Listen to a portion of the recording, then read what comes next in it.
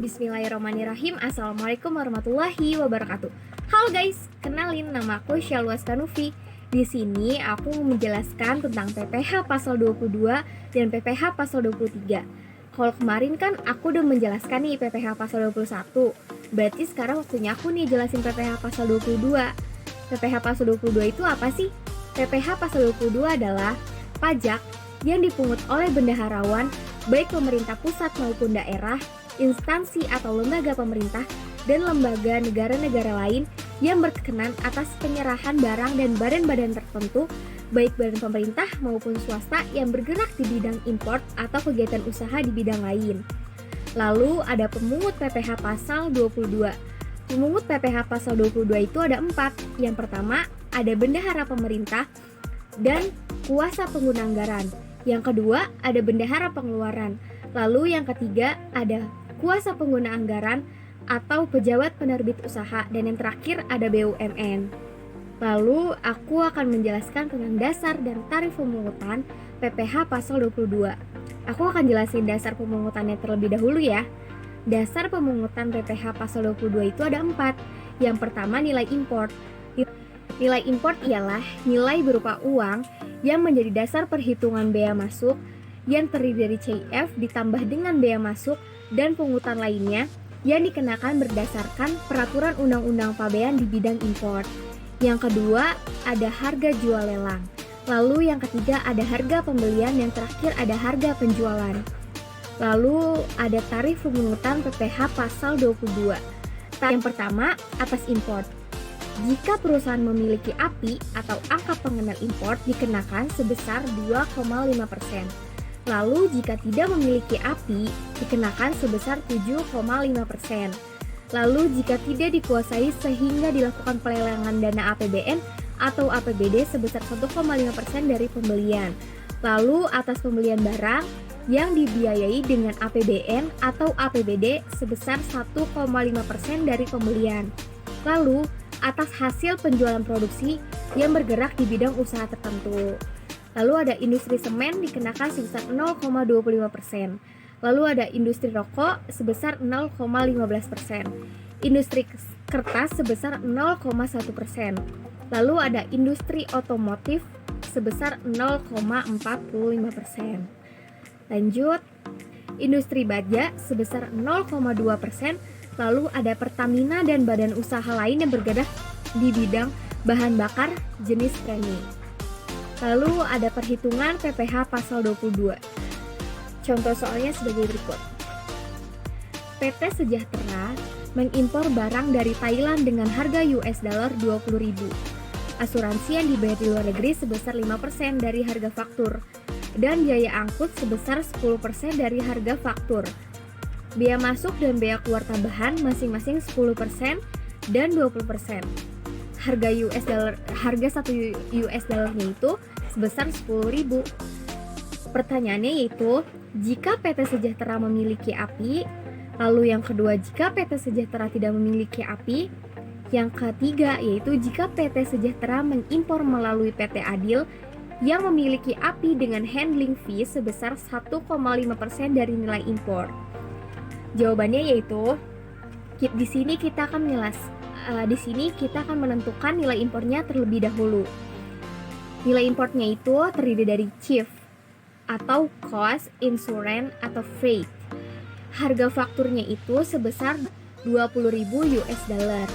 Lalu ada biaya asuransi sebesar 1.000. 1.000 itu dapat dari mana sih? Biaya asuransinya itu kan 5%. Lalu dikali dengan 20.000 US dollarnya sama dengan 1.000. Lalu ada biaya angkut atau freight sebesar 2.000. 2.000 berasal dari mana? 2.000 berasal dari 10% dikali dengan 20.000 US dollar sebesar 2.000. Itu 10% dari mana sih? Coba dibaca lagi soalnya. Di situ kan ada tuh biaya angkutnya sebesar 10% dan asuransinya sebesar 5%. Tinggal dikali aja ya nanti. Oke, abis kayak gitu dijumlah nih dari cost, insurance, freight itu ditambah. Nanti hasilnya menjadi CIF sebesar 23.000 US dollar. Lalu kita akan merubah nih yang tadinya US dollar menjadi rupiah. Caranya, 1 rupiahnya, 1 US dollarnya itu kan 10.000.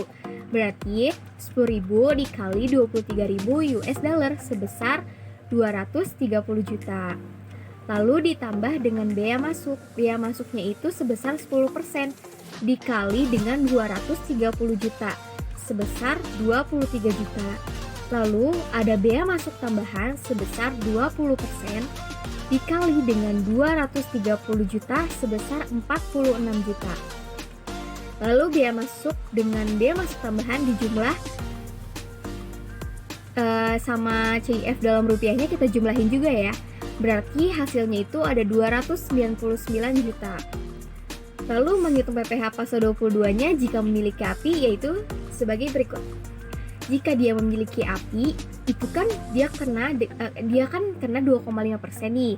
Berarti 2,5% dikali dengan 299 juta. 299 juta itu dapat dari mana sih? 299 juta itu dapat dari penjumlahan dari CIF dalam rupiah ditambah dengan bea masuk lalu ditambah dengan bea masuk tambahan. Kayak gitu ya, paham ya? 2,5% dikali 299 juta sama dengan 7.475.000.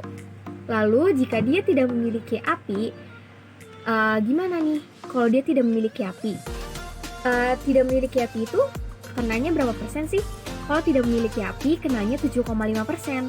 Lalu 299 juta dikalikan dengan 7,5% sebesar 22.425.000. Lalu jika impor barang melalui PT Adil yang memiliki API dengan handling fee sebesar 1,5% dari labor itu gimana? Berarti kita harus cari dulu nih, karena dia memiliki API berarti harus dikalikan dulu dengan 2,5%. 2,5% dikali 299 juta kan 7.475. Lalu karena dia kena handling fee sebesar 1,5% berarti harus dikalikan juga. 1,5% dikalikan dengan 299 juta sama dengan 4.485. Nah, ini ditambah menjadi 11.960. Jadi, jika dia memiliki API, PPh-nya sebesar 7.475. Jika dia tidak memiliki API, PPh-nya sebesar 22.425.000. Jika dia mengimpor barang melalui PT Adil yang memiliki API dengan handling fee sebesar 1,5%, berarti PPh-nya dikenakan sebesar 11.960.000. Oke, PPh pasal 22-nya segitu aja nih. Aku akan menjelaskan tentang PPh pasal 23.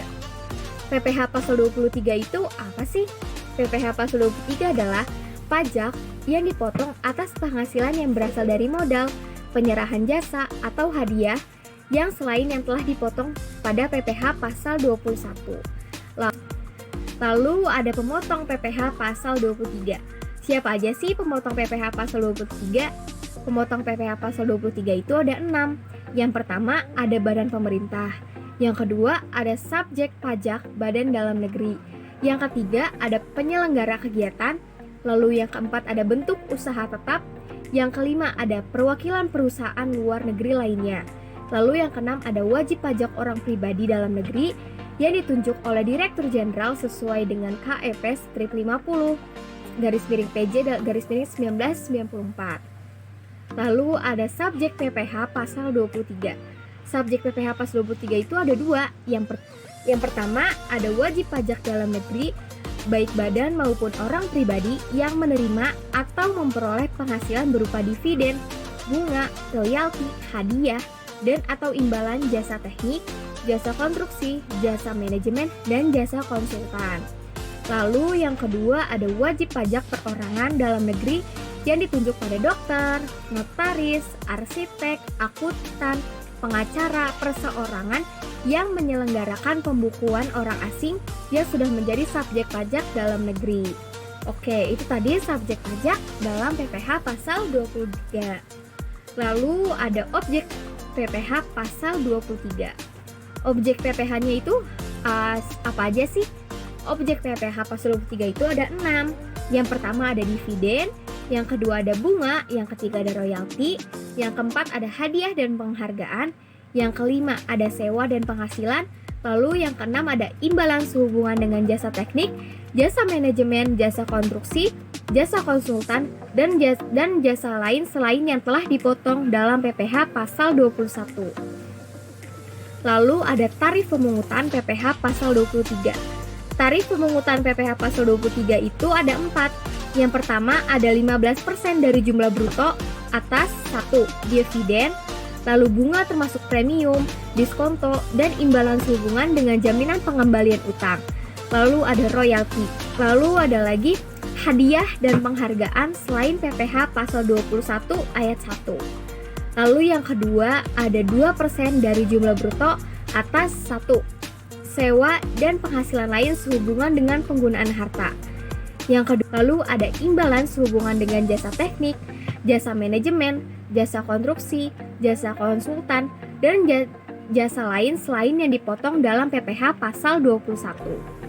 Lalu yang ketiga, ada 2% dari jumlah bruto. 1. Atas imbalan jasa teknik, jasa manajemen, jasa konstruksi, dan jasa konsultan. Lalu 4. Ada 2% dari jumlah bruto atas 1. Imbalan jasa lainnya, misalkan jasa penilai, kasa aktuaris, lalu ada jasa akuntansi, lalu ada jasa hukum, jasa arsitektur, jasa perancangan, jasa penebangan hutan, dan jasa pengolahan limbah. Oke, segitu aja ya yang bisa aku jelasin tentang PPh pasal 23. Sampai jumpa di video-video aku selanjutnya. Jangan lupa di like, comment, share, dan subscribe biar aku lebih semangat lagi ngerjain tugasnya dan aku lebih semangat lagi nih ngerjain videonya. Sampai jumpa di tugas-tugas aku selanjutnya. Wassalamualaikum warahmatullahi wabarakatuh.